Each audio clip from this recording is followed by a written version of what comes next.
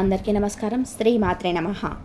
తులారాశి వారికి మే 1, 2, 3 తారీఖులలో జరిగేది తెలిస్తే నిజంగా ఆశ్చర్యపోతారు. నక్క తోక తొక్కినట్లే అని చెప్పేసి ఎందుకు చెప్పవలసి వచ్చింది. అంతేకాకుండా వీడియోని ఒంటరిగా మాత్రమే చూడండి అని చెప్పి ఎందుకు చెప్పాము. అసలు మీకు బ్రహ్మంగారి కాలజ్ఞానం ప్రకారం ఏ విధంగా జరగబోతుంది. ఎందుకంటే మన రాతను రాసింది బ్రహ్మ అయితే కాలజ్ఞానం రాసింది బ్రహ్మంగారు ఏది చెప్తే అది జరుగుతుంది. మరి మీ జీవితానికి సంబంధించి ఎక్కువగా తులారాశి వారు వ్యాపారస్తులు చాలా ఎక్కువగా ఉంటారనమాట. ఎందుకంటే వ్యాపారస్తులకి వ్యాపారంలో మెలకువలు తెలియాలన్నా, ఎటువంటి నష్టాలు రాకుండా వ్యాపారంలో ముందంజలో ఉండాలన్నా కానీ ఇప్పుడు నేను చెప్పే ఈ ఒక్క మాటలన్నిటివి మీకు పూర్తిగా వ్యాపారం చేసేవారికి 100కి 1000% ఉపయోగపడతాయండి. కాబట్టి జాగ్రత్తగా వినండి. బ్రహ్మంగారి కాలజ్ఞానం ప్రకారం తులారాశి వారికి ఏ విధంగా జరగబోతుంది. ఎందుకంటే మనకి ఇందాక చెప్పినట్టుగా మన రాత రాసింది బ్రహ్మే, అవును కదా. బ్రహ్మ రాతని ఎవ్వరు కూడా మార్చలేరు. కానీ కాలజ్ఞానం రాసింది బ్రహ్మంగారు. ఈ కాలజ్ఞానం ప్రకారం బ్రహ్మంగారు ఏదైతే రాశారో ప్రతిదీ కూడా మనకి జీవితంలో ఒక్కొక్కటిగా వెలుగులోకి వచ్చి బ్రహ్మంగారి యొక్క కాలజ్ఞానం నిజం అవుతూ వస్తుందన్నమాట. అలాగే తులారాశి వారి గురించి బ్రహ్మంగారి యొక్క కాలజ్ఞానం ప్రకారం ఏ విధంగా జరగబోతుందో మీరు వీడియోని పూర్తిగా ఒంటరిగా మరీ చూడండి. అప్పుడే మీకు పూర్తిగా అర్థమవుతుందన్నమాట. ఇప్పుడు తులారాశి అంటే రాశి చక్రంలో 7వ రాశి.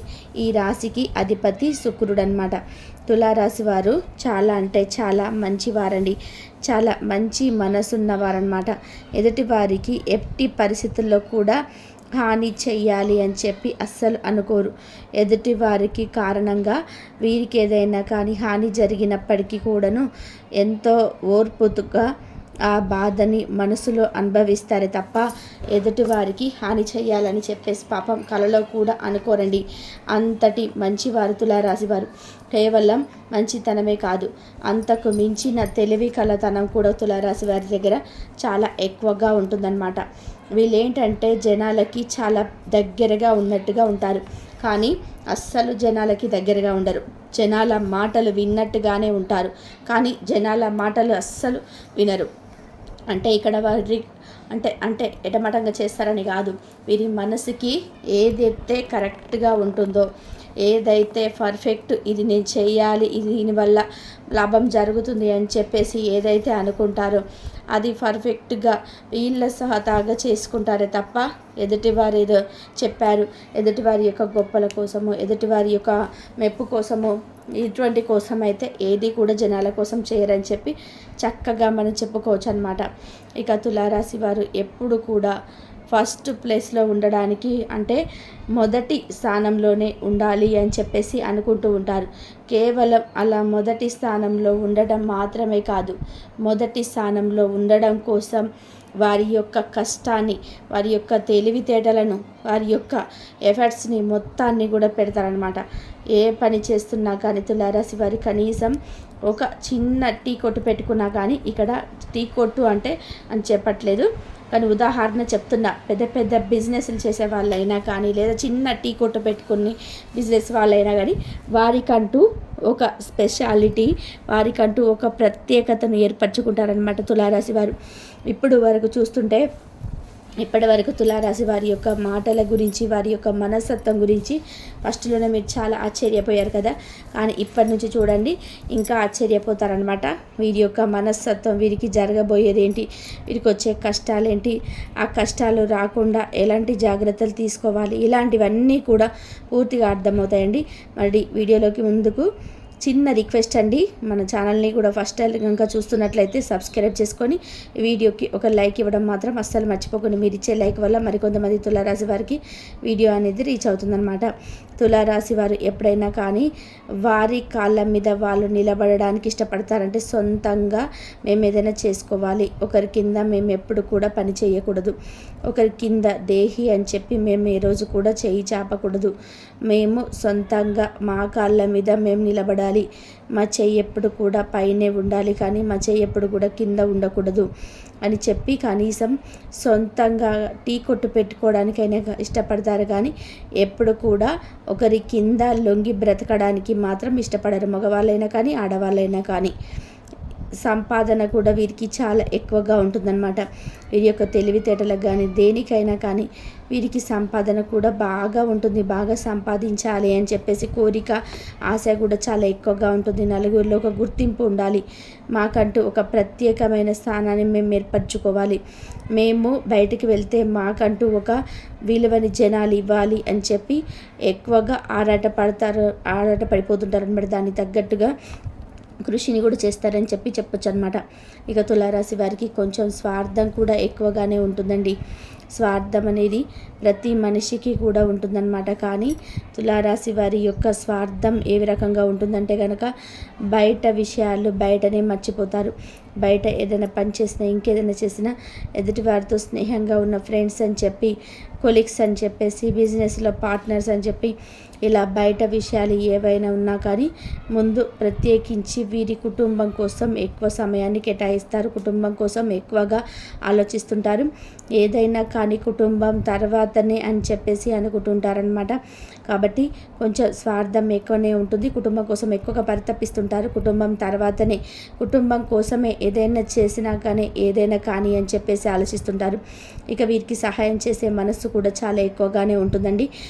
సమాజంలో కుటుంబాన్ని ఒక ప్రత్యేకమైన విలువనివ్వడానికి, ఒక ప్రత్యేకమైన గుర్తింపునివ్వడానికి ఎక్కువగా ఆరాటపడుతుంటారు. ఫ్రెండ్స్తో కానీ అలాంటి వారితో ఉన్నా కూడా అంటే ఎంతవరకు ఉంచాలో అంతవరకే ఉంచుతారే తప్ప కుటుంబం నుంచి ఏది కూడా ఎక్కువ కాదు అని చెప్పేసి వారు ఒక నిర్ణయానికి తీసుకుంటారనమాట. ఎక్కువగా ఫ్యామిలీతో బాండింగ్ అనేది ఎక్కువగా పెంచుకుంటూ ఉంటారనమాట. ఇక తులారాశి వారికి జీవితంలో ఎక్కువగా తెలివితేటలు అనేటివి ఉంటాయి. ఎక్కువ తెలివితేటలు ఉన్నప్పటికీ కూడాను అప్పుడప్పుడు కొంతమంది దగ్గర కొన్ని విషయాల దగ్గర బోల్తా పడుతూ ఉంటారనమాట.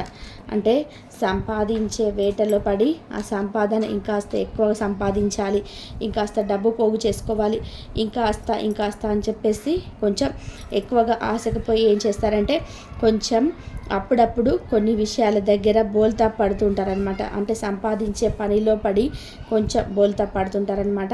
ఇక ముఖ్యంగా తులారాశి వారు ఎక్కువ ఆస్తులను పోగు చేసుకోవాలి, స్థిరాస్తులను పోగు చేసుకోవాలి, మా బిడ్డలకు ఎటువంటి లోటుపాటు ఉండకూడదు, మేము పడిన కష్టాలు మా పిల్లలు పడకూడదు అని చెప్పి సంపాదించిన ధనాన్ని కాస్తంత పొదుపు చేసుకొని భూమి కొనడానికి కానీ, గృహ నిర్మాణం చేపట్టడానికి కానీ, ఎక్కువగా పొలం కొనడానికి కానీ ఇంట్రెస్ట్ ఎక్కువగా చూపిస్తూ ఉంటారు. దానికి తగ్గట్టుగా కూడా కొంతమంది ఇప్పటికే గృహ నిర్మాణాన్ని చేపట్టిన వాళ్ళు ఉన్నారు, పొలాలు కొన్న వాళ్ళు ఉన్నారు, బంగారాన్ని కొన్న వాళ్ళు ఉన్నారు.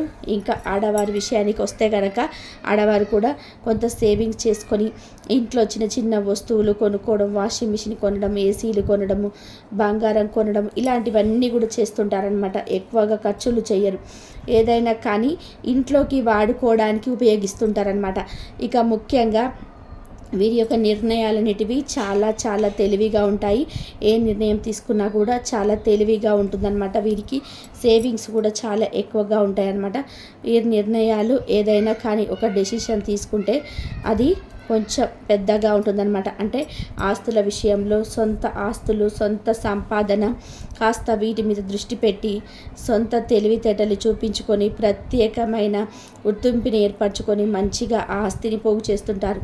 వీరికి తులారాశి వారికి కొంచెం పెద్దవారని మనం గమనించినట్లయితే కనుక చాలా ఆస్తులు పోగు చేసుకొని వాళ్ళే ఉంటారు తులారాశిలో వారు. మీరు అబ్జర్వ్ చేసినట్లయితే కనుక ఇక ముఖ్యంగా తులారాశి వారు కోటేశ్వర్లు అయినా కానీ పేదవారైనా కానివ్వండి, మనం చేసే పనులను బట్టే ఉంటుందన్నమాట ఎవరు కోటేశ్వర్లు అన్న విషయానికి వస్తే ఇక్కడ మనం తెలుసుకోవాల్సింది ఏంటంటే కనుక ఎవరి కింద అప్పు చేయనటువంటి వాళ్ళు, ఒకరి కింద దేహి అని చెప్పి చేయి చాపనటువంటి వారు, ఆకలి అవుతుంది ఒక ముద్ద అన్నం పెట్టండి అని చెప్పి ఎవరింటికి వెళ్ళి కూర్చోనటువంటి, ఎవరి పనులు వాళ్ళు స్వతహాగా చేసుకునేవారు నిజమైన ధనవంతులండి.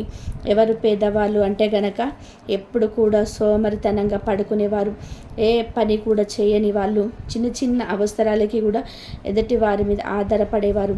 ఒక రూపాయి కావాలన్నా కానీ వేరే వాళ్ళ మీద ఆధారపడి ఖర్చులను తీర్చుకునేవారు పేదవారి కిందికి వస్తారు. అవునా కదా? కానీ తులారాశి వాళ్ళు మాత్రం మంచిగా దృక్పథాన్ని కలిగి ఉంటారనమాట. అంటే అటువంటి సోమరితనం అనేది వీరి యొక్క కళలో కూడా రానివ్వరు. ఎప్పుడు కూడా కష్టపడి పని చేయాలి. ఎదుటివారికి కూడా ఇదే సలహా ఇస్తారు, కష్టపడి పని చేయాలి. కష్టపడి పని చేసిన రూపాయే మన చేతిలో ఉంటుంది. ఎప్పుడైనా కానీ కష్టమే మనల్ని బ్రతికిస్తుంది, మనం పొదుపే మన అవసరాలకి ఉపయోగపడుతుంది అని ఇటువంటి వాటి గురించి ఎక్కువగా ఆలోచిస్తారు. ఎదుటివారికి కూడా సలహా ఇస్తారనమాట. కాకపోతే తులారాశి వారికి కొంచెం కోపం ఎక్కువ అండి, కొంచెం ఆవేశం ఎక్కువ. ఈ కోపం వల్ల, ఆవేశం వల్ల ఏంటంటే ఎదుటివారిని గబక్కన ఒక మాట అనేస్తుంటారనమాట.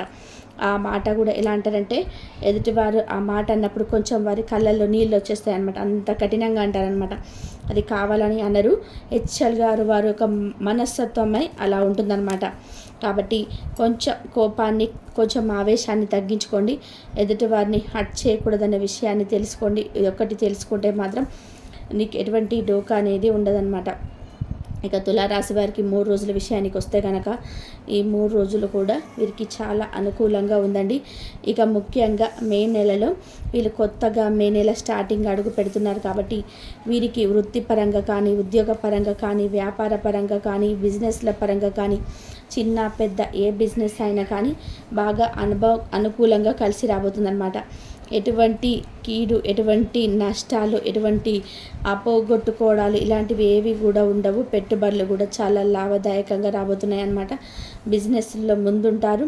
ఉద్యోగాలు చేసే దగ్గర కూడా మంచిగా ఉద్యోగం చేసి వీరి కష్టపడే మనస్తత్వానికి మంచిగా పై అధికారులు వచ్చేట ప్రశంసలు అయితే అందుకుంటారనమాట. ఇక కుటుంబ పరంగా విషయానికి వస్తే భార్యాభర్తల మధ్య మంచి అనుకూలత ఉంటుంది. కొంచెం చిన్న చిన్న మిస్అండర్స్టాండింగ్స్ వస్తాయి, కానీ అన్నిటినీ కూడా తెలుసుకొని మళ్ళీ ఒకటవుతారనమాట. మళ్ళీ కలిసి మెలిసి ఉంటారు. మేమే కదా మంచి అయినా చెడైనా మాకు ఒకరికొకరు తోడు నీడ అని చెప్పేసి ఎక్కువగా తులారాశి వారి పార్ట్నర్కి ఎక్కువ వాల్యూ అయితే ఇస్తారండి. కాబట్టి ఎటువంటి ఇబ్బందులు ఉండవన్నమాట. ఇక సంతాన పరంగా కూడా వీరికి చాలా అనుకూలంగా ఉంటుందండి. సంతాన పరంగా కూడా చాలా బాగుంటుందన్నమాట. ఇక తులారాశి వారి యొక్క తల్లిదండ్రులు ఎవరైతే ఉన్నారో వారి యొక్క తల్లిదండ్రుల ఆరోగ్యం కూడా చాలా చక్కగా అనుకూలిస్తుంది. ఎటువంటి సమస్యలు అయితే ఉండవు. లవర్స్ ఎవరైతే ఉన్నారో లవర్స్ పరంగా కూడా చాలా చక్కగా అనుకూలిస్తుంది. ఇక ఎవరైతే సంతానం కోసం ఎదురు చూస్తూ ఉన్నారో, సంతానం కోసం ఎదురు చూసేవారు కొంచెం గట్టి ప్రయత్నం చేయండి. థైరాయిడ్, పీసీఓడి ప్రాబ్లమ్స్తో సఫర్ అయ్యే వాళ్ళు కొంచెం మెడికల్ చెకప్లు వెళ్ళండి.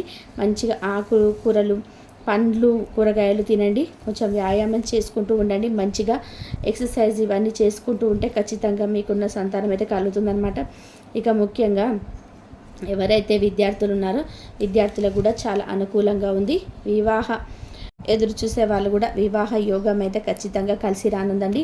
ఇక ఓవరాల్గా చూసుకుంటే ఎవరికైతే గవర్నమెంట్ జాబ్ కోసం ఎదురు చూస్తున్నారో వారికి కొంచెం గట్టి ప్రయత్నం చేస్తే గవర్నమెంట్ జాబ్ కూడా మంచిగా వచ్చే అవకాశం అయితే కనిపిస్తుంది.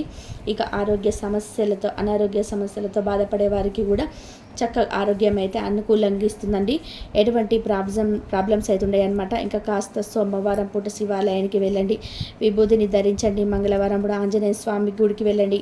కాస్త తమలపాకుల మాలని, ఇవన్నిటి కూడా నరదిష్టని చాలా ఎక్కువగా ఉంటుందన్నమాట.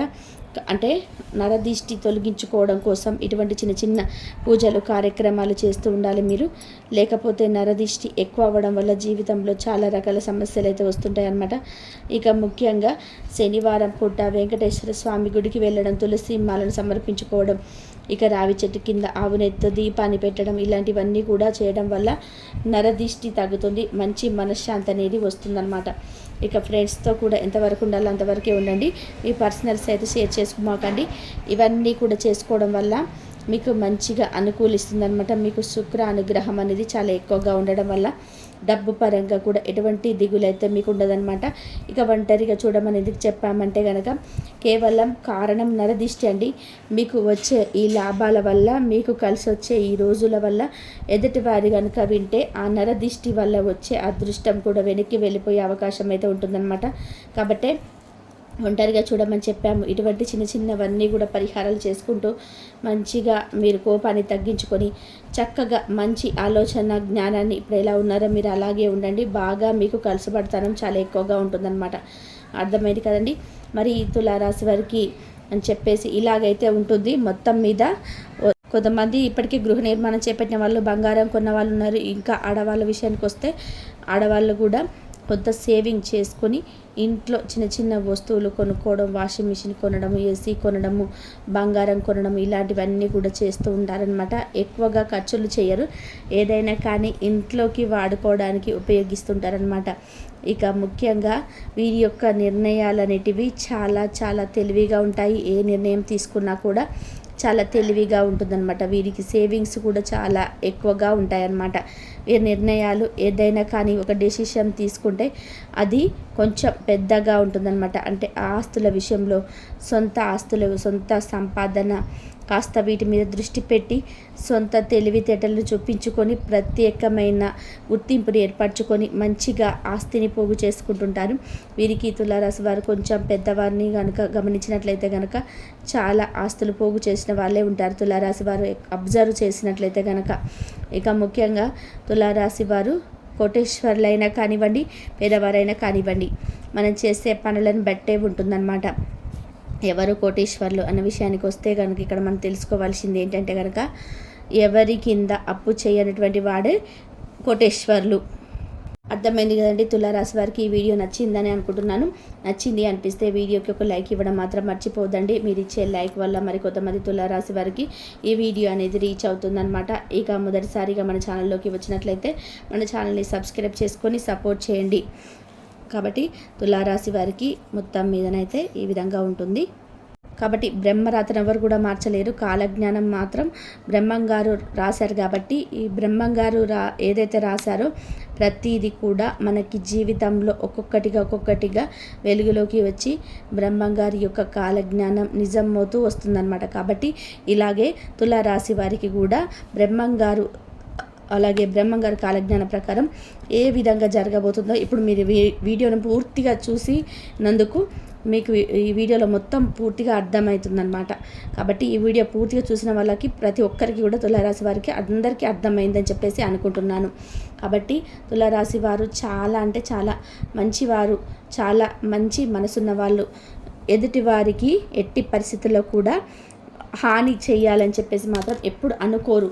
ఎదుటి వారి కారణంగా వీరికైతే ఏదైనా హాని జరిగినప్పటికీ కూడా వీళ్ళు ఎంతో ఓర్పుగా ఆ బాధని మనస్సులోని అనుభవిస్తారు తప్ప ఎదుటి వారికి హాని చేయాలని చెప్పేసి ఎప్పుడు కూడా కలలో కూడా అనుకోరండి. అంత మంచి వాళ్ళు.